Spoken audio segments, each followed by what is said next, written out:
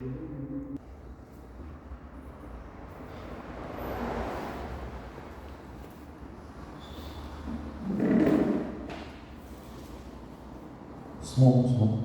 paz do Senhor Jesus Cristo, irmãos. Amém. Glória a Deus. Vamos dar início da aula com uma oração, amém? Vamos colocar em pé. A irmã Yara, leva a gente em oração, irmão.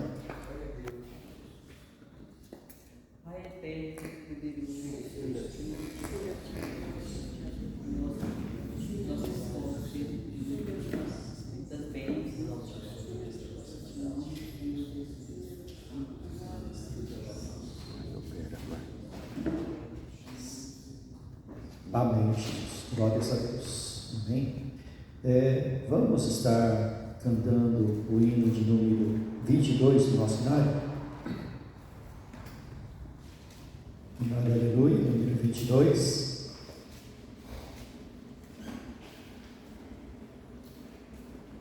Cristo já ressuscitou, amém? Cristo já ressuscitou. Aleluia,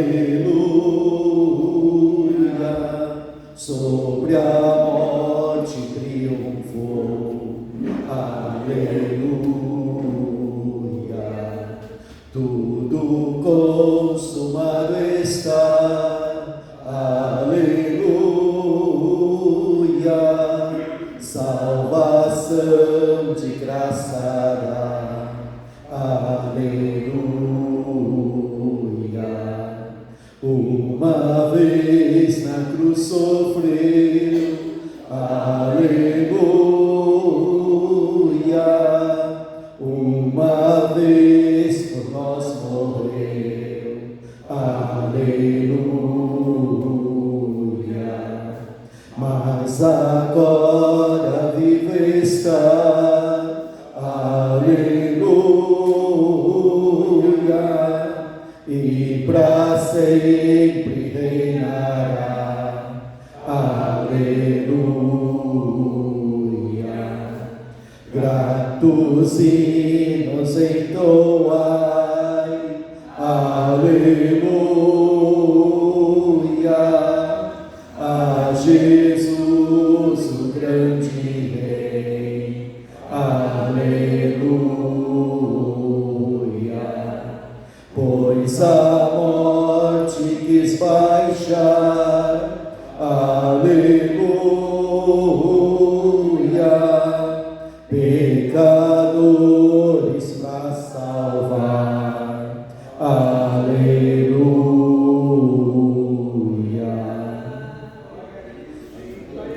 Amém, irmãos? Aproveitando que estamos em pé, vamos ler o texto que foi nos dado, o texto da lição. Lição número 7, o texto é Filipenses, capítulo 2, versículo 12 ao versículo 16.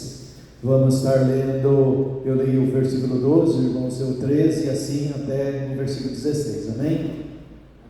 Filipenses 2, 12, a sublime bênção da salvação é o título da lição de hoje. De sorte que, meus amados, assim como sempre obedecestes, não só na minha presença, mas muito mais agora na minha ausência, assim também operai a vossa salvação com temor e tremor.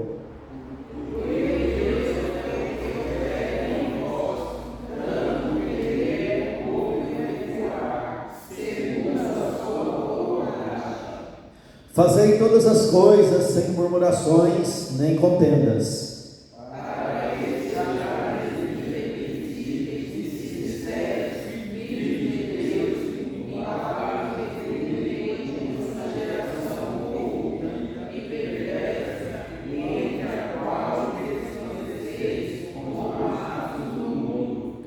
retendo a palavra da vida, para que no dia de Cristo possa gloriar-me de não ter corrido em vão, nem trabalhado em vão. Amém?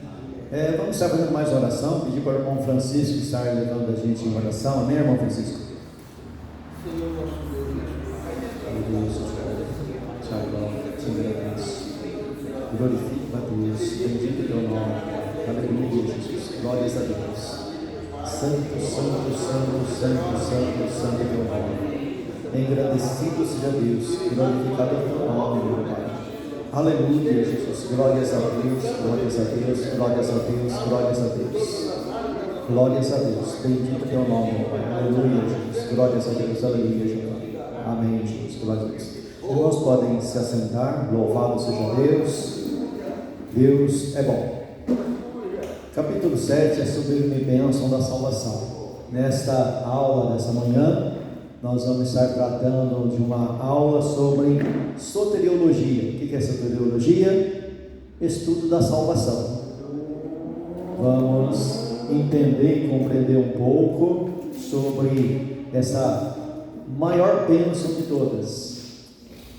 Grande bênção, a maior bênção que existe, o maior milagre que existe é a salvação. Então, nós estamos aqui, introdução aí da lição 7, a sublime bênção da salvação. Diz assim, introdução: após apresentar os estados de humilhação e exaltação de Cristo, Filipenses 2, do 6 ao 11, bem como a recompensa que o Pai lhe deu, dando-lhe o nome que está acima de todo nome e plena autoridade no céu e na terra, nesta seção da epístola, Paulo aborda questões práticas relacionadas ao desenvolvimento da salvação. Ele faz exortações para que a igreja de Filipos prossiga no caminho da santidade. Então, para nível de introdução, ele usa a lição passada. Preste atenção que essa revista é um estudo expositivo. Então, um ponto liga ao outro. Ele tem uma linha de pensamento e ele segue nessa linha de pensamento usando a lição passada. Na lição passada você aprendeu, quem veio, sobre os estados de Cristo, que eram dois estados: o estado de humilhação e o estado de exaltação. Então essa lição aqui, ela é bem didática e bem simples. Então, no estado de humilhação e exaltação, nessa lição agora, você coloca morte e ressurreição. Humilhação, morte. A morte de Cristo é o estado de humilhação. E morte, morte de cruz, humilhante. A pior morte que existe é morrer como um marginal. E Cristo foi isso que ele fez. Maldito de Deus. Então, estado de humilhação, morte. E quando ele ascende ao céu, o Pai o recebe no céu, é a exaltação. A exaltação está onde? Na ressurreição. Então, morte e ressurreição é o que vai nos orientar nessa lição de hoje. Tá? Então, por que você pode falar abertamente que é salvo? Porque existe uma morte de quem? De Cristo. E ao mesmo tempo que existiu a morte de Cristo, existe uma exaltação, que é a ressurreição. Jesus Cristo morreu e ressuscitou para que eu e você fôssemos salvos. Aí vem o terceiro ponto da lição, que ele vai te introduzir na doutrina da santificação. Cristo morreu e ressuscitou, te salvou para te colocar no caminho chamado santificação. Aí vai ter várias exortações sobre a palavra santificação. Por exemplo, Paulo mesmo falando assim, andai de maneira digna do vosso chamado. Você foi chamado para quê? Para andar num caminho de santificação. Então, Cristo morreu, ressuscitou para que você fosse salvo, e nessa salvação inclui a santificação da minha e da tua vida. Introdução. Então, dentro dessa introdução, é só você guardar e memorizar essas três palavrinhas, morte, ressurreição e santificação. Essa a linha de pensamento dele aqui, e eu quero dizer que é uma linha de pensamento bíblica. Está na Bíblia, tá? Então o pensamento dele é bíblico. Tópico 1 aí, fundamentos da salvação. O que é o fundamento da salvação? Ele começa dizendo assim, ó, a salvação é obra de Deus. Ponto final. Presta bem atenção numa coisa importante dentro desse pensamento desse autor aqui. Ele está dizendo assim, ó, a salvação é obra de Deus e ponto final. Na salvação minha e tua, não tem participação de homem, não tem participação de anjos, não. A obra de expiação feita por Cristo na cruz do Calvário é uma obra única, feita por uma única pessoa, o Senhor Jesus Cristo, e é obra de Deus. O homem não teve condições e nunca terá condições de ajudar Cristo nessa obra. Ele fez uma obra sozinho, e essa obra que ele fez é perfeita. Se você querer colocar o seu dedo lá, você estraga a obra que ele fez. Ou seja, como foi dito para Moisés lá, ó, quando você me levantar um altar, você levanta de pedra natural. Se você lavar a pedra com o teu instrumento, você profana o meu altar. Nessa obra de salvação, ela é feita única e exclusivamente por Deus e não tem a minha e a tua participação. Cristo fez, está executado, está realizado. E ele vai continuar dizendo assim, ó, a salvação é obra de Deus, mediante a atuação do Espírito Santo, o ser humano é resgatado do seu estado de pecado. O que ele está dizendo aqui? Cristo fez a obra perfeita, é obra de Deus, mas não é Cristo que aplica ela a mim e a você. Não é Cristo. Cristo fez. Quem aplica é o Espírito Santo. Então Jesus Cristo é o autor da obra, mas quem executa essa obra é o Espírito Santo. Então o Espírito Santo é o executivo, ele que vai lá e executa. É ele que foi lá no teu interior, no teu coração, e mexeu com a tua vontade, e como diz no linguajar aí de púlpito muitas vezes, você aceitou Jesus Cristo. A atuação do Espírito Santo, ele foi lá no teu coração, você não virou crente, não tem esse negócio de virar crente. O incrédulo olha para você e fala assim, agora você está na lei dos crentes, agora você virou um aleluia. Não existe isso daí. É o Espírito Santo que vai lá e faz a obra no teu coração, na tua vida. Você não vira, você se converte, você nasce de novo. Regeneração. É o Espírito Santo que age. Olha, na obra da salvação, para resumir tudo, existe o trabalhar da Trindade. O Pai envia, o Senhor Jesus Cristo aceita e vem, e o Espírito Santo vem e aplica a obra no nosso coração. Então é obra 100% de Deus. A salvação é uma obra feita 100% por Deus. E o Espírito Santo faz isso, e ele te resgata do seu estado de pecado. Veja aqui, ó, ele está sempre colocando você em 3 palavrinhas: morte, ressurreição e santificação.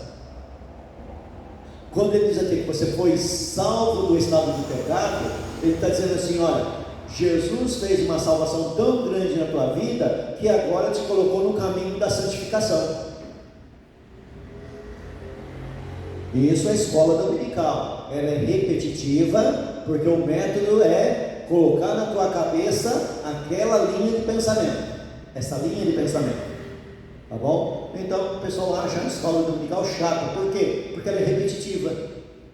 E se você olhar a Bíblia de Gênesis a Apocalipse, ela é repetitiva, só muda as figuras de linguagem, mas a mensagem central é sempre a mesma, e a mensagem central é sempre salvação em Cristo, em Jesus. O apóstolo assevera aos filipenses que a morte e a ressurreição do Senhor Jesus é a garantia do perdão dos nossos pecados e produz em nós a convicção da salvação. Presta bem atenção aqui, eu estou citando a palavra morte e ressurreição. Ele fala aqui que quando você acredita nisso, na morte e na ressurreição, você vai ter uma convicção da salvação. Vamos meditar mais um pouquinho sobre isso? Romanos, Paulo lá em Romanos, ele fala assim, ele usa o seguinte argumento: se Deus não poupou o seu único filho, antes o entregou à morte por nós, como não nos dará com ele todas as coisas? Então nós sempre estamos mergulhados em dúvida: somos salvos ou não? Eu lembro que há muitos anos atrás, o Anjo Ungido estava dando de manhã uma escola dominical para a nave toda. O Anjo Ungido fez a seguinte pergunta para o auditório naquela manhã: os irmãos têm certeza da salvação? Como que os irmãos entendem? Aí uma irmã se levantou e falou assim: eu penso o seguinte, que eu vou saber e ter certeza só quando chegar lá. Aí o anjo falou: é isso aí mesmo, irmã, é desse jeito mesmo, a gente só vai saber quando chegar lá. Então significa o seguinte: a gente vai lutar com a dúvida o resto da vida e só vai ter certeza quando chegar lá. Não é isso que a Bíblia ensina. Embora o anjo ungido falou, a gente não pode ir contra o anjo ungido, senão vai ser fulminado, né? Mas o que a Bíblia ensina é que nós temos que procurar ter convicção da salvação, porque nós temos duas bases para ter essa certeza: morte e ressurreição de Cristo. Ele morreu por nós, não morreu? Morreu. Ele ressuscitou para garantir que o que ele falou é verdade. Ele pregou o Evangelho 3 anos e não deixou encoberto que ele ia para a cruz do Calvário, e também não deixou encoberto que ele ia ressuscitar. E ele ressuscitou, e ele apareceu para mais de 500 pessoas. Ele não apareceu para o mundo. Ele falou para os discípulos: eu virei e me manifestarei a vós, não me manifestarei ao mundo. E os camaradas ficaram assim: mas como que o Senhor vai se manifestar a nós e não ao mundo? Não, Jesus ressurreto se manifestou a um grupo selecionado de pessoas, que segundo Paulo era mais de 500 irmãos, entre homens e mulheres. Ele começou com as mulheres, para a mensagem ter mais rapidez no negócio. E depois se manifestou a todos os apóstolos e a mais de 500 irmãos. E quando Paulo escreveu, ele disse que a maioria ainda estava viva. Alguns já dormiam em Cristo, mas uma parte ainda estava viva. Ou seja, a tua certeza de salvação está fundamentada no testemunho dessas testemunhas que viram Cristo ressuscitado e passou para nós. Jesus morreu, ao 3º dia ressuscitou, e você tem que ter essa doutrina basilar, básica, esse fundamento da fé cristã arraigado no teu coração. Vai vir as dúvidas? Vai, mas quando vir a dúvida, você apresenta morte e ressurreição de quem? De Cristo. Eu estava lá, fui crucificado com ele. Foi crucificado com ele. Quando ele ressuscitou. Aí, o irmão já está indo mais longe, ele já está indo na doutrina da cruz, tá vendo? Esse camarada é bom, viu? Mas já não tem tempo para. Sabe que não dá tempo, né? Mas é isso aí, né? No caminho da santificação, você coloca a cruz. Aí no caminho da santificação é muito bom colocar a cruz. Mas quando bater a dúvida, e a dúvida vai bater, olha, o resto da nossa vida sempre vai ser lutar contra a carne. Uma das coisas da carne é Dúvida, incredulidade. Então, a incredulidade bateu? Peraí, Jesus morreu no meu lugar. A incredulidade está lá ainda? Peraí, vamos dar mais um remedinho para ela. Ressurreição. Jesus ressuscitou. Se tem uma doença, a doença chama incredulidade, nós temos um remédio para ela. Está vendo? Existe a doença, você tem a vacina. Você não vai na vacina, no SUS tomar vacina? Ó, tem vacina para gripe, vamos lá tomar. Eu estou com 60 anos, eu sou o primeiro da fila da vacina da gripe, né, irmão Francisco? Nós somos o primeiro, né? Então tem a doença, vamos tomar a vacina? Vacina para incredulidade sobre salvação, morte e ressurreição de Cristo. Vamos tomar a vacina, vamos tomar o remédio. Subtópico aí: a salvação é obra da graça divina. A salvação é nossa, não por direito de conquista, mas por dádiva imerecida. Efésios capítulo 2, versículo 8 e 9. Acho que os irmãos já sabem de cabeça esse versículo, né? A salvação é dom de Deus, não vem das obras para que ninguém se glorie, mas é graça, favor não merecido. Jesus fez a obra completa na cruz do Calvário e nos dá gratuitamente. Não tem como pagar. Não tem aquele negócio lá assim, irmãos, vamos fazer de maneira que a gente mereça a graça de Deus. Vamos pagar a graça de Deus. Não tem isso daí. É impagável. Você sempre vai ser devedor. Nessa questão, você sempre vai estar em dívida. Você não consegue pagar.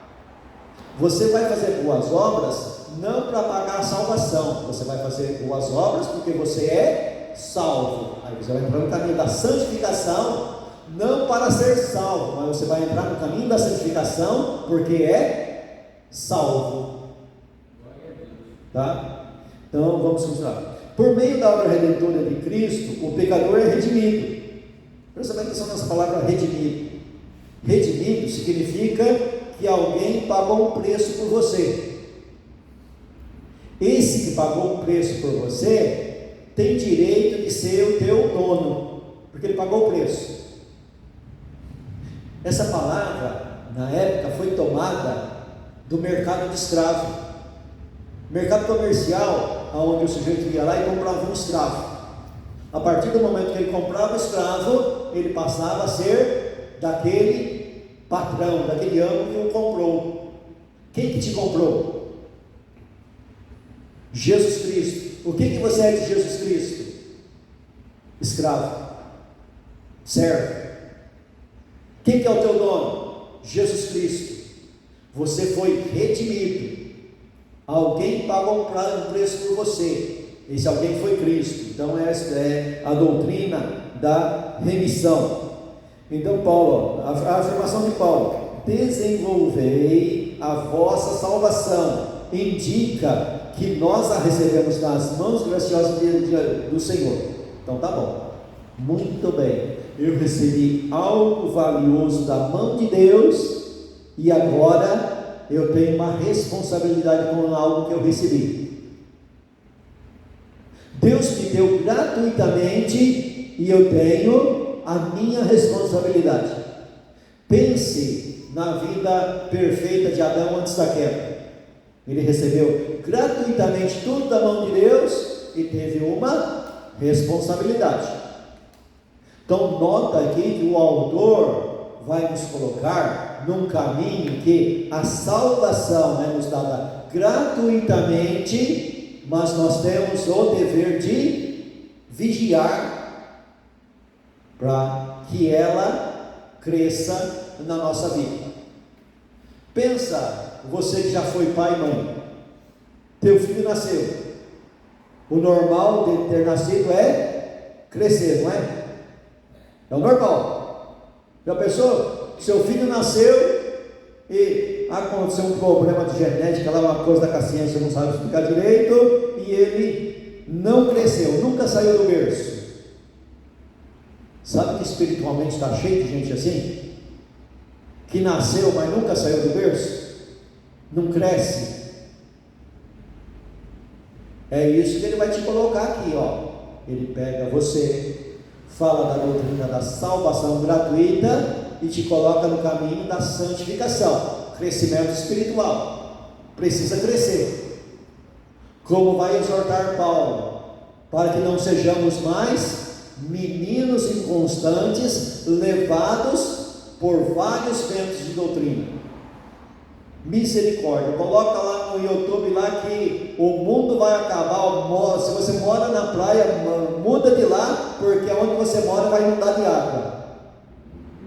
Lá vai você entrar em desespero. Misericórdia, irmão. Entra em desespero. Mas espera aí, quem que postou isso aí? Quem que colocou isso aí? É Bíblia. Vamos na Bíblia. Vamos nos homens que falam da Bíblia, que falam de Deus, de verdade. Você nem vê a fonte de onde está vindo e vai se enchendo de coisas que não tem nada a ver. E você fica uma pessoa levada pelo vento aí. O vento bate, você vai. Aonde o vento bate, você vai. Não, irmãos. Vamos ter firmeza nas Escrituras. Vamos ver, peraí, irmão. Como diz João lá escrevendo lá na sua carta, não creiais a todo espírito, mas provai se os espíritos são de Deus. Não é ir comendo qualquer coisa, então qualquer coisa não. É vendo na Bíblia, é olhando, né? Então nós temos a responsabilidade. Assim, a salvação resume-se ao esforço, o ensinamento bíblico, contudo. Peraí, vamos voltar aqui. Grande parte das religiões ensinam que por meio da observância de rituais e cumprimento de exigências morais, o ser humano pode conquistar sua salvação. O que ele está falando aqui? Você sabe que no nosso mundo a gente sempre vê assim: olha, aquela religião lá é uma religião que tem como base a caridade, o amor. E o que eles ensinam sobre essa caridade e esse amor? Devemos fazer assistência social aos pobres. Até aí, devemos mesmo.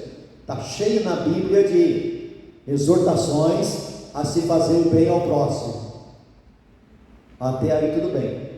Aí o camarada coloca assim: para você ser salvo, você tem que praticar essas obras assistenciais. Se você fazer isso, você vai ter o direito de entrar no céu. É isso que ele está falando aqui. Está indo contra o ensinamento bíblico. Você deve fazer o bem? Deve, mas não para pagar a tua salvação. A tua salvação é um preço muito alto e não se paga com assistência social. Sabe o que acontece com a maioria dos moralistas? Você pega um cara moralista. Pode pegar um moralista que você conheceu há 30 anos atrás. O cara era moralista. Chegava e mandava uma lição de moral.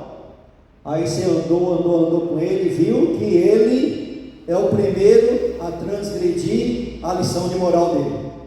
Não é assim? É desse jeito que funciona. Por quê? Porque se você colocar a nossa moralidade como méritos para conquistar a salvação, a tua moralidade vai te levar à queda. Por quê? Porque o homem, ao fazer certas coisas que são corretas, se ele não tomar cuidado, isso que ele age de maneira correta vai levar ele para um pecado chamado soberba. Ele fica soberbo, ele fica se achando.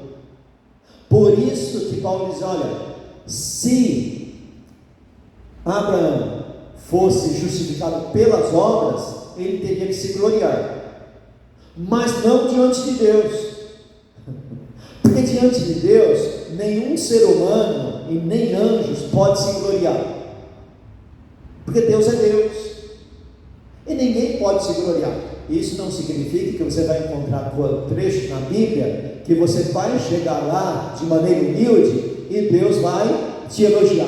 Tem na Bíblia isso daí.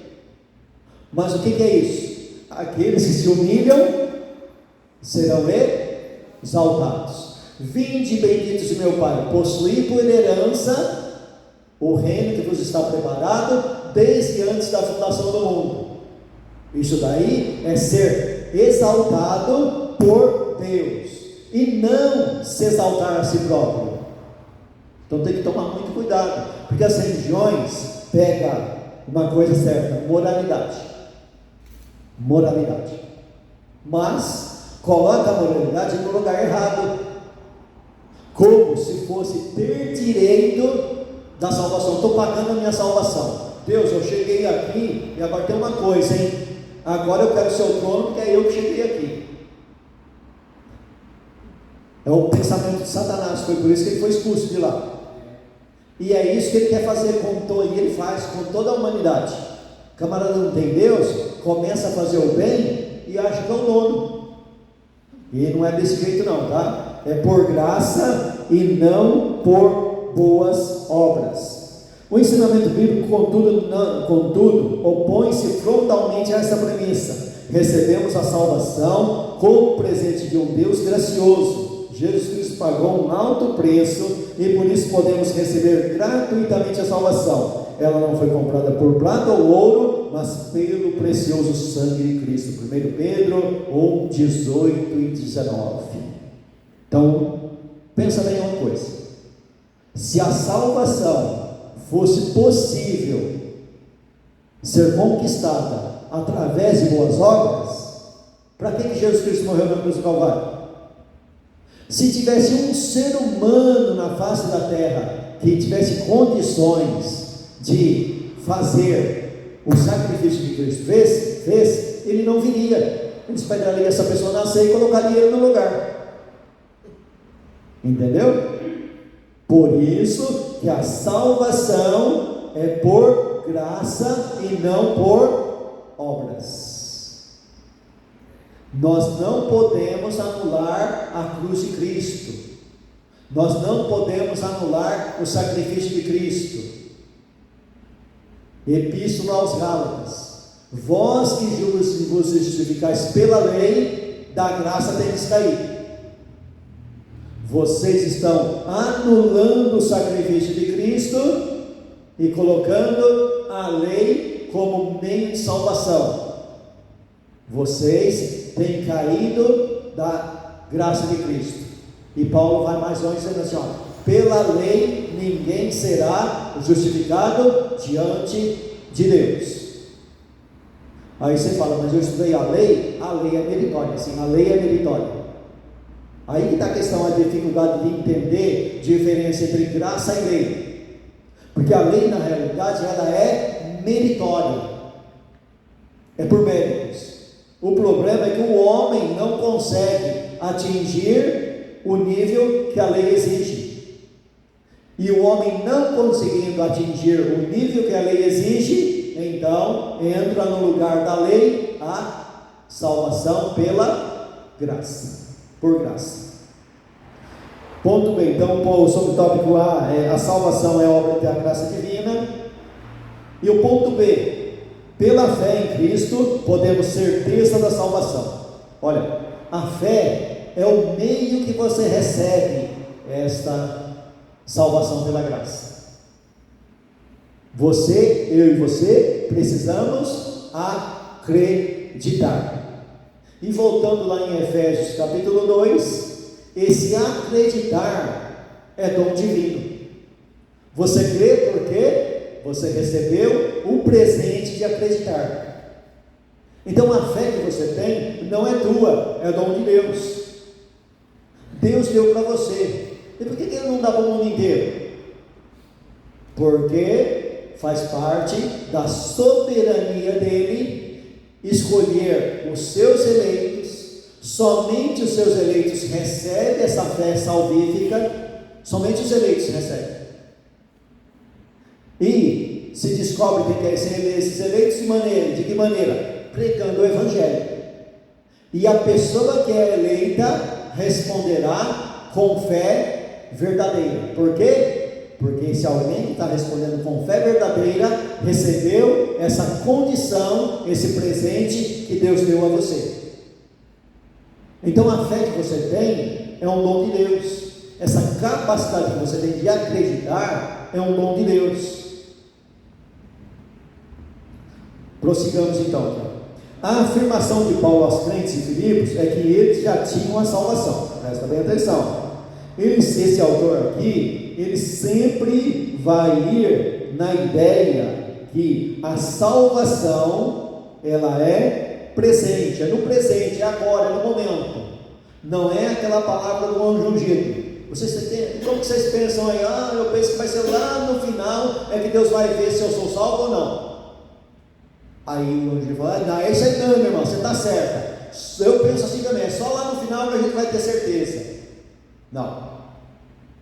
Esse autor aqui está falando e está ensinando que você tem essa certeza, que essa salvação, ela é colocada aqui por Paulo no verbo presente. Nós já temos. Se você pegar lá Romanos, lá que eu já citei, lá todos os verbos aparecem no passado. Isso quer dizer o quê? A quem Deus chamou, está no passado, você foi chamado. A quem Deus justificou, palavra no passado. Glorificou. Aqui ele vai citar um pouquinho da glorificação. A glorificação ela é futura, mas Paulo cita ela, o verbo no passado. Para que isso? Para você ter certeza que a salvação já está na minha e na tua mão. Nós só vamos cuidar dela. Nós podemos fazer uma ilustração da seguinte maneira. Vamos dizer assim, Jesus Cristo é um rei guerreiro. E como rei guerreiro, ele foi lá e conquistou um país. E como rei guerreiro, conquistador, ele conquistou esse país e colocou um povo lá para tomar conta desse país. Colocou um exército lá. Quem que é esse exército? Somos nós. Então nós estamos nesse país fazendo o quê? Somente tomando conta desse país, tomando conta do país, porque o país é do nosso rei. Nosso rei conquistou o país. Nós só estamos lá tomando conta. Para quê? Para que ninguém venha e invada mais aquele país. Entendeu? O país que ele conquistou é a salvação. Ele entregou na tua mão. O que você faz agora? Você só toma conta. Toma conta? De que maneira? Vigiando. De que maneira? Entrando no caminho da santificação, que é o que ele vai ensinar nessa lição. Então, pela fé, nós podemos ser receber a salvação. O verbo está no presente, indicando que a salvação não era algo para o futuro, mas sim uma bênção já conquistada. E o testemunho é esse, que Deus nos deu a vida eterna, e esta vida está em seu Filho. 1 João 5,11. Se você já leu a primeira carta de João, a carta inteira, 3, 4 vezes, 5 vezes, 10 vezes, você vai ver que a carta lá, ela tem um pensamento central. E o pensamento central que João explica é que ele escreveu aquela carta para que os seus leitores tivessem certeza da salvação. Assim como no Evangelho ele escreveu a carta com o Evangelho com o propósito de ensinar que Jesus Cristo é Deus, que Jesus Cristo é divino, na carta dele, na primeira carta, ele escreveu com o propósito de ensinar que nós somos salvos. Então é presente, é no presente, é nesse momento. Quando cremos na obra redentora de Cristo, recebemos a salvação e desfrutamos de suas sublimes bênçãos. O camarada é evangelista, ele tem o ministério de evangelista. Ele vai evangelizar o camarada lá no leito do hospital, está com doente terminal. Ele fala de Cristo, e o que ele faz? Ele faz um apelo. E a pessoa consentindo, dizendo que aceita Cristo, o que o evangelista testemunha? Irmãos, eu ganhei uma alma para Cristo, ele fechou os olhos e foi morar com Deus. Ah, mas ele nem passou pelo batismo, nem deu tempo, igual o ladrão da cruz, nem deu tempo de passar pelo batismo e nem tomou a ceia. Mas o evangelista acredita que, ao pregar o evangelho, aquela pessoa na última hora se arrependeu e recebeu a salvação. Não é o meu e o teu caso. Graças a Deus nós aceitamos Cristo e estamos no caminho da santificação, não estamos? Mas vamos andar no caminho da santificação com certeza da salvação? É bem melhor ficar sofrendo aí. Os caras jogam a gente no chão, colocam o pé no nosso pescoço e ameaçam a gente: se você me desobedecer, você vai perder a salvação. Não é isso que fazem com a gente? O anjo ungido pega a gente, rapaz, joga no chão, pisa no nosso pescoço. Se você me desobedecer, aí ele usa um monte de versículo da Bíblia, né? Tirado do contexto. Você vai para o inferno. Se você não fazer o que eu mando, você vai para o inferno. E vive um povo medroso, com medo desse daquele, com medo do profeta, com medo do não sei de quem, com medo da mensagem do YouTube. É tanto medo, né? Olha que mensagem bonita aqui, olha que mensagem boa. Certeza da salvação, eu tenho certeza. Jesus Cristo me colocou no caminho para desfrutar das sublimes bênçãos da salvação. Pela fé em Cristo, podemos viver em segurança, pois é o Senhor quem nos guardará em suas poderosas mãos. Aí ele vai dar o exemplo de João capítulo 10, Jesus o bom pastor. Então pensa bem nessa palavrinha: eu sou um bom pastor. O bom pastor dá a vida pelas ovelhas, e ninguém arrebata elas da minha mão, e nem da mão do meu Pai, porque o meu Pai que me deu é maior que todos. Presta bem atenção: se Jesus Cristo é bom, ele é o bom pastor perde as suas ovelhas? O bom pastor não perde. O bom pastor jamais perde as suas ovelhas. Além dele ser o bom pastor, o Pai está com ele. Além disso, o Espírito Santo está com você. Vamos andar em comunhão com Deus? Vamos ter certeza pela fé. Pela fé. Nós estamos em pé diante de Deus pela fé. Agarramos pela fé. O camarada vai no mundo e inventa: você vai ganhar um iate hoje. Se você acredita, você não, e você pega: glória a Deus, estou ganhando um iate. E ainda paga caro pelo iate que nunca vai receber, né? Aí a gente fala o que está escrito na Bíblia e o camarada: não estamos cobrando nada, não estamos pedindo nada. A única coisa que a gente está cobrando nessa lição de você é que você acredite. Não está tirando dinheiro nenhum seu, não está mandando você fazer nenhuma peripécia, só está falando assim: acredite, porque a fé é a mão que recebe a bênção da salvação. Vixe, se a gente continuar assim, a gente não termina essa lição nem daqui 2 anos, nem daqui. É com vocês, se continuar assim, a gente não termina essa lição, não, né? Então vamos correr aqui. Ponto 2 aí: desenvolver a salvação. Então no tópico 1, ele colocou na sua cabeça que você tem a salvação. Pela fé você tem.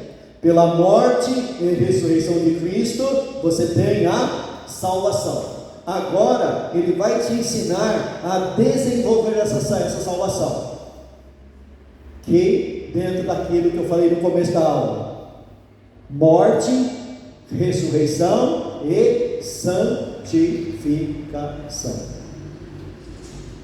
Alguém disse o seguinte, que a doutrina da justificação é a doutrina invisível da nossa salvação.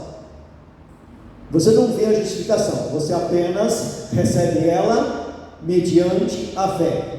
Então a justificação é aquela doutrina que te ensina assim, que Deus te deu um documento que dizendo assim: olha, você está perdoado, você está salvo, você está liberto. É um documento forense. Foi te dado pela obra de Cristo e você recebe pela fé. Mas isso aí é invisível. E alguém falou o seguinte: olha, essa doutrina, a justificação, é a parte invisível da salvação. Agora tem a parte visível. Qual que é a parte visível? A santificação. É pela santificação que se torna visível que eu e você somos salvos. Irmão Francisco, quando você vai num pomar, você sabe que o pé de laranja é um pé de laranja de que maneira? Pela fruta. Pela fruta, né? Tem gente que consegue conhecer pela folha, né? Tem gente que conhece, mas o jeito certo de bater o olho é ver a fruta, né? Viu a fruta, você falou, aquilo ali é um pé de laranja. E assim, essa comparação é com todas as árvores frutíferas. Porque pela folha, muita folha de cada lado é parecida. É isso. Metade uma com outra, né? Aham. Pela fruta não. Pela fruta não, você tem certeza pela fruta, né? Então o caminho da santificação é que vai dizer, é que o mundo vai olhar e falar, não, esse daí é crente de verdade. Esse camarada é crente de verdade. Vai além daquele brilho que você muitas vezes traz em você. Tem gente que nunca viu você na vida e olha para você e fala, você é crente. Por quê? Porque existe um brilho. Mas, além desse brilho, o que realmente mostra que o camarada é pelas obras, ou seja, pelos frutos. Aquilo que você produz é que vai mostrar quem você é. É igual um exemplo de uma vez, um camarada que estava contando sobre um culto, aonde, aquele tipo que a gente chama assim, né? Fogo culto, caiu um fogo lá e tinha um dando cambalhota, o outro falando em língua estranha, e tinha um camarada falando em língua estranha, orando em língua estranha. E naquele vai e vem daquele culto lá, alguém pisou no pé dele, sabe? O camarada estava falando em língua estranha e pisaram no pé dele. Aí diz o sujeito assim, aí ele falou uma língua estranha mesmo. Falou uma língua estranha que não era brincadeira, que não pode falar, não pode traduzir, mas não pode nem ter tradução. Fica sem tradução, porque ele falou uma língua muito estranha. Ou seja, o camarada finge que é crente, mas crente mesmo, se pisar no pé dele, cadê o fruto? Precisa do fruto, né? Então, o caminho da santificação, desenvolver a salvação. Paulo exorta os filipenses a desenvolverem a sua salvação. Eles tinham sido salvos da culpa do pecado mediante a fé em Jesus. Haviam sido justificados quando creram no Evangelho. Mas esse era apenas o começo de um longo processo que dura a vida toda aqui na terra e termina somente na vinda de Cristo. A nível de introdução aqui desse tópico, o que ele está ensinando? O caminho da santificação, ele é longo, ele é tão longo, que só termina na glória, só termina na glorificação. Mas, o caminho da santificação, a gente pode comparar ela com uma escada. Sabe que a escada você está aqui embaixo e ela te leva para o primeiro andar. Você precisa andar ela todinha para chegar no primeiro andar. Só que, sabe que subir escada é uma coisa difícil, hein? Quando a gente vai chegando velho, então a gente procura uma casa que não tenha escada, porque subir escada não é brincadeira não. É o meu caso agora. Então. Agora, o caminho da santificação é uma escada que sobe. Não é fácil. Por que não é fácil? Nós recebemos a salvação gratuita e fomos colocados de maneira gratuita no primeiro degrau da santificação, mas ela é uma escada que sobe. Você tem que ir lutando com a sua vontade. O Espírito quer coisa boa, mas a carne, o Espírito quer coisa de Deus, mas a carne, irmãos, hoje era um lugar muito bonito para ir, eu tenho que ir aprender aula, não é fácil não, Não é brincadeira não. O negócio é complicado. Por quê? Porque mesmo nós somos salvos do pecado, mas o pecado ainda está em nós. O pecado habita em mim e em você. E ele precisa ser dominado. Agora eu vou pegar a palavra do irmão José.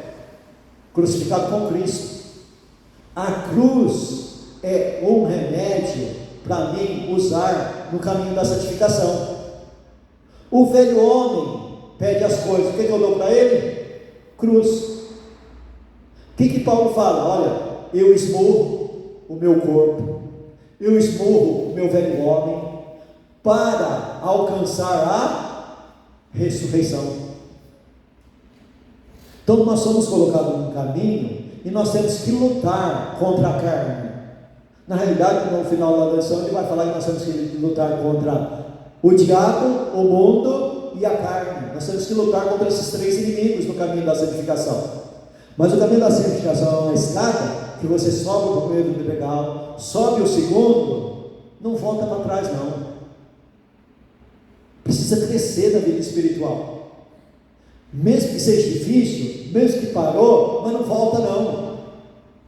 Parou, está pesado a cruz, deu uma paradinha, mas graça de Deus, misericórdia de Deus, amor de Deus, oração, ajuda dos irmãos, reveste-se de Cristo, seja edificado na igreja, louve a Deus na luta, na dificuldade, e vai caminhando no caminho da santificação, vai subindo a escada, e você só vai chegar no primeiro andar quando Cristo voltar, porque a santificação ela é um processo gradual, lento e perfeito, não nessa vida, mas só na vida futura.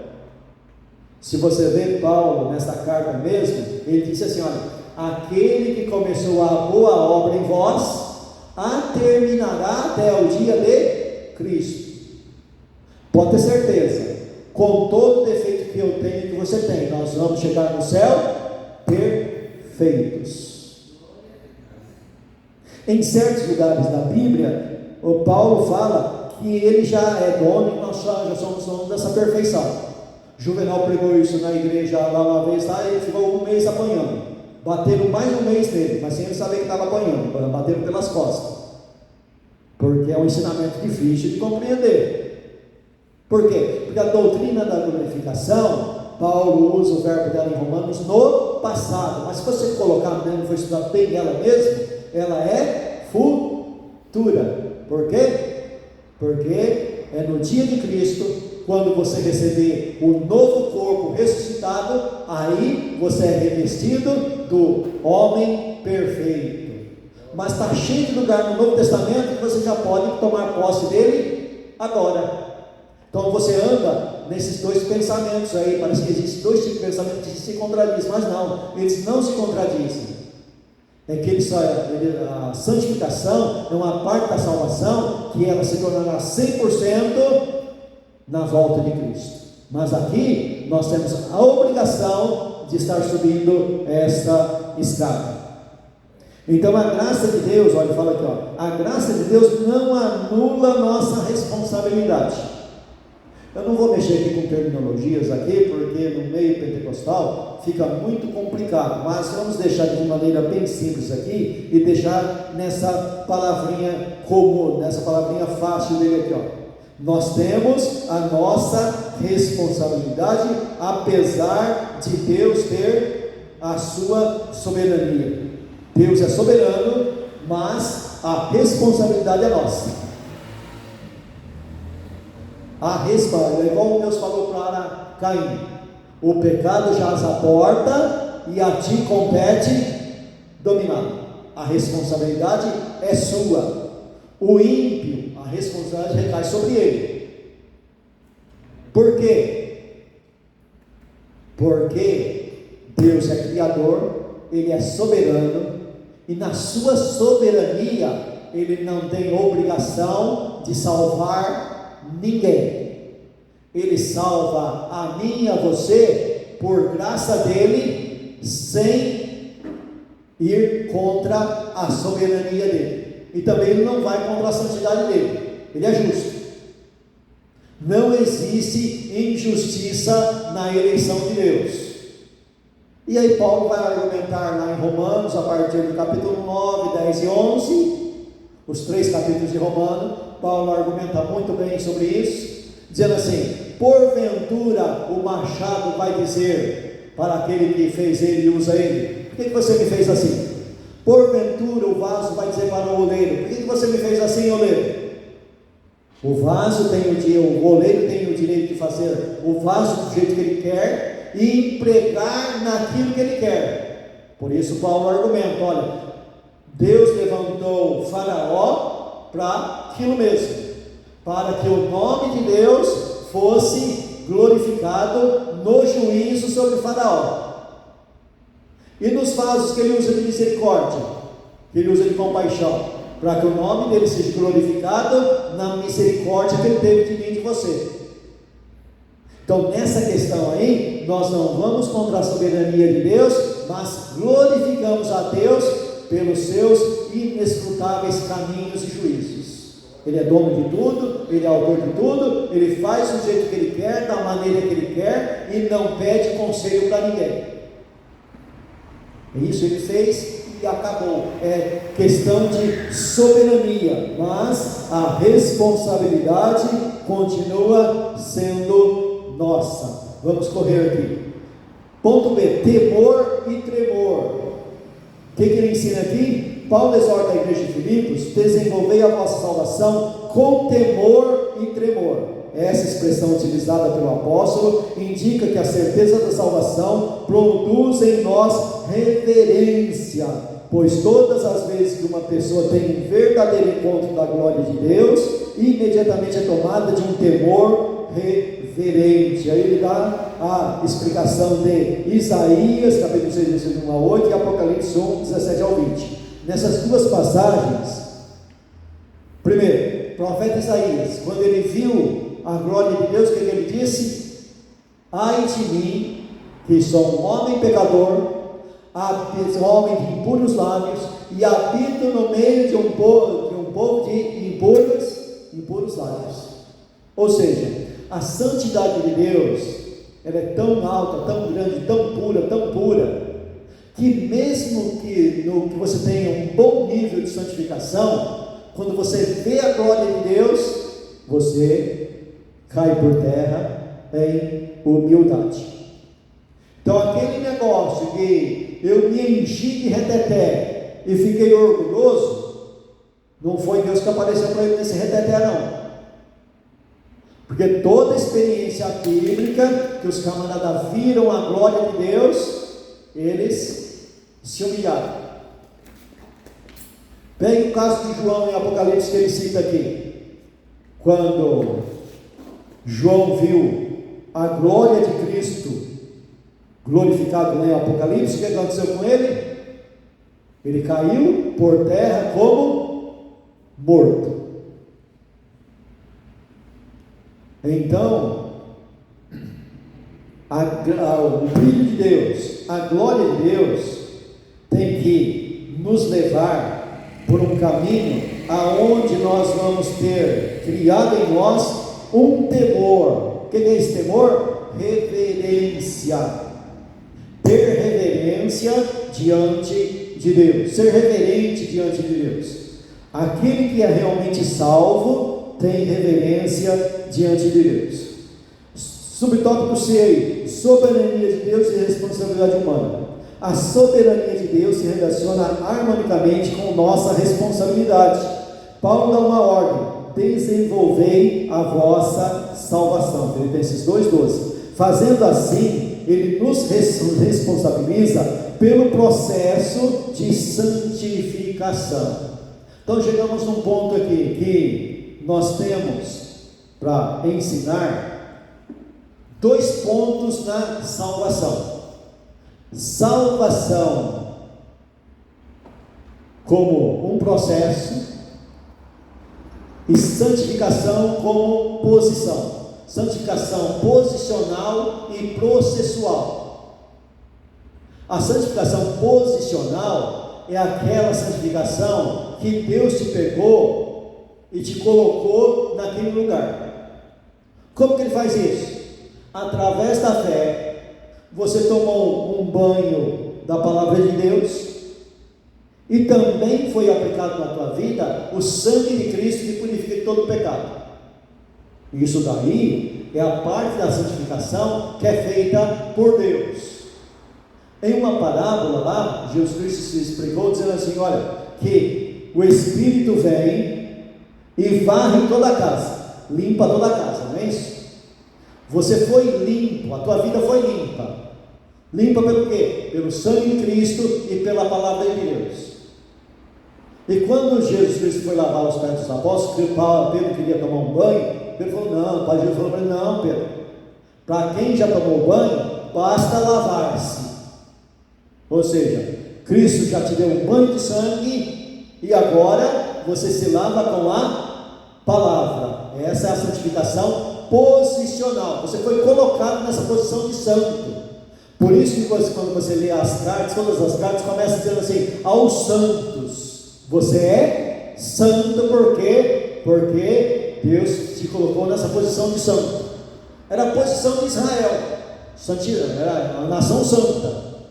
E contra isso aí, não tem o que falar. Agora ela tem outro lado, que é a santificação processual. Santificação como um processo. E nessa santificação como um processo, eu e você participamos. Aí entra a minha e a tua vontade. Só que essa minha e a tua vontade tem que se casar com a doutrina da soberania de Deus. Difícil, hein? Porque na realidade, quem age nessa vontade sua para o caminho da santificação processual é o Espírito Santo. Ele jamais vai agir na vida de quem não é eleito, quem não é eleito realmente, ou a chamada realmente verdadeira, aquela que produz, a chamada eficaz. Porque existe, o Evangelho é pregado para todos, mas a chamada eficaz é para alguns. Quando eu e você pregamos o Evangelho, nós pregamos aos ouvidos. A minha e a tua voz só atinge o ouvido. Agora, quem é que prega ao coração? É o Espírito Santo que vai lá e prega no coração. Ele usa a instrumentalidade do Evangelho. A igreja pregando o Evangelho. A igreja manda o convite para o mundo todo.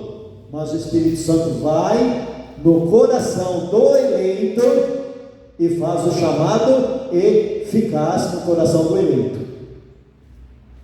E isso daí, o Espírito Santo mexe, trabalha na tua vontade. Você passa a ter vontade realmente. E essa vontade é obra, em última análise, é obra de Deus na tua vida.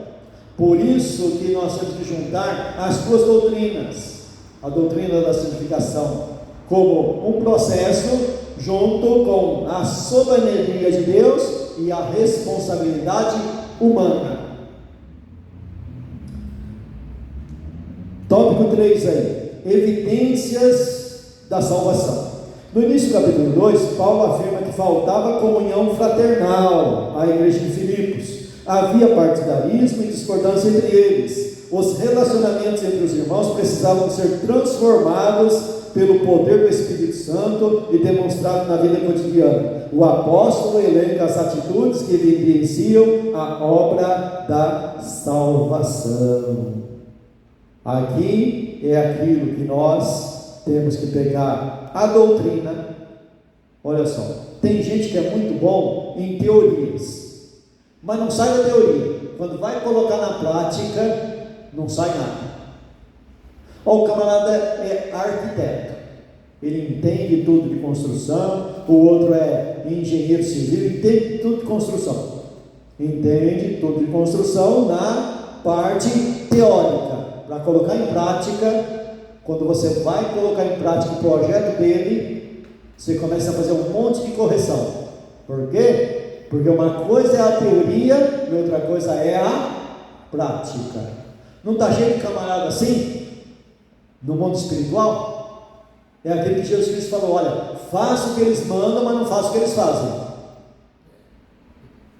Porque se você olhar para a vida deles, está cheio de gente aí que tem uma doutrina, você fala assim, a doutrina em si é perfeita, mas quando você vai olhar a vida do cara, por quê? Porque não coloca em prática. Precisa colocar a mensagem do discurso em prática. É isso que ele vai ensinar aqui. E ele ensina, Paulo ensina de maneira simples. O que estava acontecendo na igreja de Filipos? Partidarismo e murmuração. Irmãos, hoje eu vou dirigir o culto. Não, dirigir não, para mim é difícil demais. Hoje eu vou pregar. Mas vou pregar melhor do que o pastor Elias pregou ontem. Ó, que pensamento maligno. Que pensamento maligno. Pensamento ruim, né?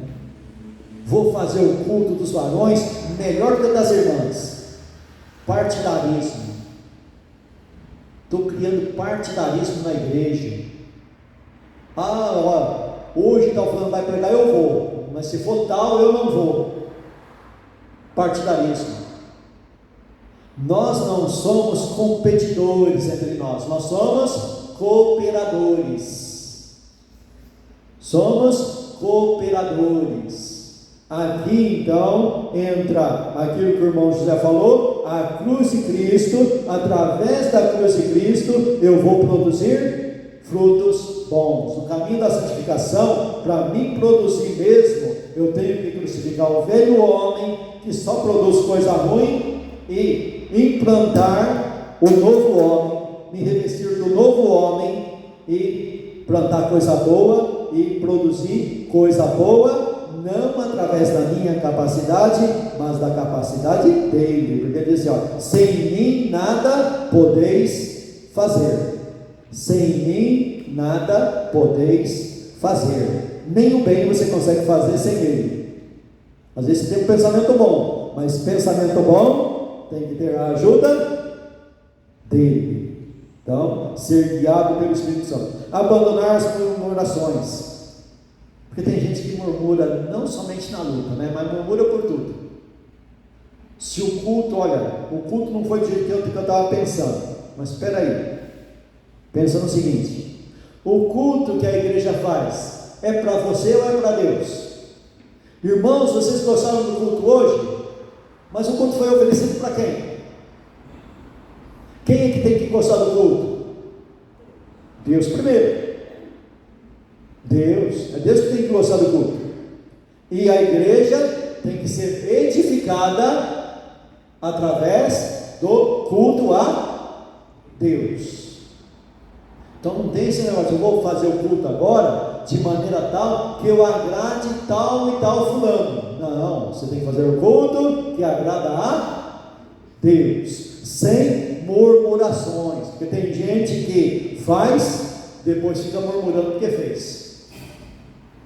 Misericórdia, hein? Sabe aquele sujeito que fez um bem para você e depois se taca na cara? Não dá vontade de brigar? Quando o cara faz uma coisa por você e dá ali um tempo e ele te taca na cara? Dá vontade de brigar, viu? Não vamos fazer por isso. Conduta irrepreensível. Aí da página 36. O apóstolo Paulo usa a palavra irrepreensíveis para falar acerca do modo de vida do cristão, sua conduta dentro e fora da igreja. Então, é aquela velha história: eu só sou crente dentro da igreja. Dentro da igreja sou, olha, é um santo, mas saiu lá fora. Então Paulo diz: olha, vocês obedecem tanto eu tanto como não estando. O pastor está, eu obedeço. O pastor não está, eu obedeço do mesmo jeito. Ou seja, eu não sou aquele empregado que só trabalha se o patrão estiver junto. Teve uma época que eu fui trabalhar de ajudante serralheiro, aí chegava lá na obra, o patrão deixava a gente na obra, sabe? Aí o patrão saía, porque tinha muita coisa para fazer. Sabe o que os caras faziam? Ia tudo para o bar. Ia tudo para o bar, tinha um bar lá perto da obra, ia tudo lá no bar. Aí eu ficava trabalhando na obra sozinho, né? Mas eu era ajudante, eu não fazia quase, não tinha muito o que fazer, porque eu dependia deles, né? Aí eles ficavam lá 1, 2 horas no bar e eles voltavam tudo correndo. A gente não fez nada, e o Toninho vai desconfiar, então vamos correr aqui. Aí nessa de correr para fazer um serviço rápido, o que saía? Errado, porque fez as coisas na pressa, para o patrão não descobrir que eles tinham ido para o bar. Ou seja, tem gente que só faz se o pastor estiver vendo. Se o líder da igreja não estiver vendo, eu não faço. Por quê? Porque eu faço para o meu benefício, para mim aparecer. Não faço para a glória de Deus, faça para a glória de Deus. Então faça para a glória de Deus. Tópico C aí, subtópico C, testemunho eficaz. O apóstolo Paulo diz que vivendo em um mundo de trevas, os cristãos devem resplandecer como luzeiros. Veja bem, o mundo pecaminoso cada vez pior, e parece que ser malandro está sempre em vantagem, porque hoje a vergonha é ser honesto, né? Ser correto que é a vergonha, ser certo que é a vergonha. E você quer ver difícil quando você age de maneira certa e você recebe em troca injustiça. E aí quando você vê o cara errado ficando no seu lugar e saindo melhor que você, aí é que você fica triste mesmo. Mas nós somos chamados para brilhar em meio às trevas. Não podemos deixar de brilhar. Faça o que fizerem, aconteça a injustiça que acontecer com você, não deixe de brilhar. E para brilhar você precisa ser o quê? Espelho. Na metáfora do espelho, o que o espelho reflete? O espelho só reflete alguém que aparece diante dele. Se não aparecer alguém diante do espelho, ele não reflete nada. Se a luz do sol não bater nele, ele não reflete. Mas se a luz do sol bater nele, ele reflete. Cristo deve bater na tua vida, a sua luz na tua vida, e você deve refletir a luz de Cristo para o mundo. A igreja é o farol do mundo. Vós sois a luz do mundo. Sermão do Monte. Então, no caminho da santificação, nós devemos refletir a imagem de Cristo. E tem hora que é difícil. Tem hora que você tem que se segurar, não se irar, não murmurar. Tem hora que dá um desespero, dá vontade de murmurar, mas a gente segura a murmuração e no lugar nós glorificamos a Deus e brilhamos. Perseverança fiel. Por fim, Paulo exorta a igreja a perseverar fielmente, perseverando na palavra da vida, para que no dia de Cristo eu me glorie de que não corri em vão. Então, a doutrina da perseveração dos santos, nós temos que perseverar naquele caminho que nós fomos colocados. Conclusão: em um mundo dominado pelo pecado, o cristão é constantemente assediado pela carne, pelo diabo e pelo mundo. Ele termina a lição dizendo que nós temos 3 inimigos, e o pior inimigo é você mesmo. O camarada luta muito contra o diabo, né? Mas o primeiro inimigo que você tem que dominar é você mesmo, é a tua carne.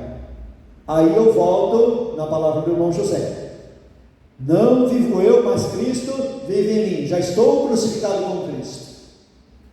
Então eu estou crucificado com Cristo. Você deve lutar contra a carne usando a cruz. É a cruz que domina a tua carne. É a cruz que vai te levar ao domínio a dominar a carne e o espírito a agir na tua vida. Pela cruz. Você vai pela cruz, você apresenta o teu velho homem à cruz, e a cruz é o teu velho homem, e você aí vai vencendo. Então você vence primeiro a carne, depois você vence o diabo, que ele vem te tentar através da carne, e também você vence o mundo, porque o mundo tem os seus atrativos. O mundo é belo, como diz o poeta, o mundo é belo, mas com toda a beleza dele, ele é passageiro. E tem coisas que você tem que fazer uma troca, trocar o passageiro pelo eterno. Isso daí você só faz guiado pelo Espírito Santo, amém? Vamos colocar em pé.